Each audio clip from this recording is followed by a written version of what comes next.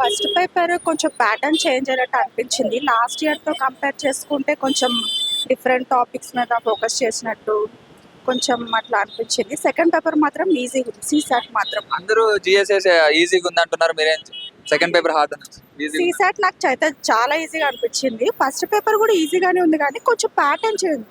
అంటే ఎన్ని ఎక్స్పెక్ట్ చేయొచ్చు మార్క్స్ అంటే క్వాలిఫై? అది నేను చెప్పలేను. అంటే ఎన్ని ఐటమ్ చేశారు ఇప్పటికి? నేనైతే చాలా మాక్సిమం అటెంప్ట్ చేసేసాను. అంటే థర్డ్ అటెంప్ట్. క్వాలిఫై చెప్పలేం, అది కట్ ఆఫ్ని బట్టి ఉంటుంది. నేనైతే బాగానే రాశాను అనుకుంటున్నాను. అంటే పేపర్ డిఫరెన్స్ ఎట్లా అంటే పోయినసారికి ఇప్పటికి ఏమైనా హార్డ్ అనిపించింది ఆ పేపర్? పోయినసారి ఏంటంటే ప్యాటర్న్ డిఫరెన్స్ వచ్చింది. పోయినసారి కొంచెం సింపుల్ స్టేట్మెంట్స్ ఇచ్చారు. ఈసారి 3 స్టేట్మెంట్స్ ఇచ్చి దాని ఆన్సర్లో కొంచెం డిఫరెన్స్ వచ్చింది. అంటే కొంచెం కన్ఫ్యూజింగ్గా ఉందన్నమాట కొంచెం స్టేట్మెంట్. ఇంకా ఇంటర్నేషనల్ రిలేషన్స్లో కూడా కొంచెం ఇంకా కొన్ని అట్లా ర్యాండమ్ టాపిక్స్, అది ఎక్కడి నుంచి చదవాలో తెలీదు. ఉండొచ్చు కానీ గుర్తుపెట్టుకోవడం కష్టం.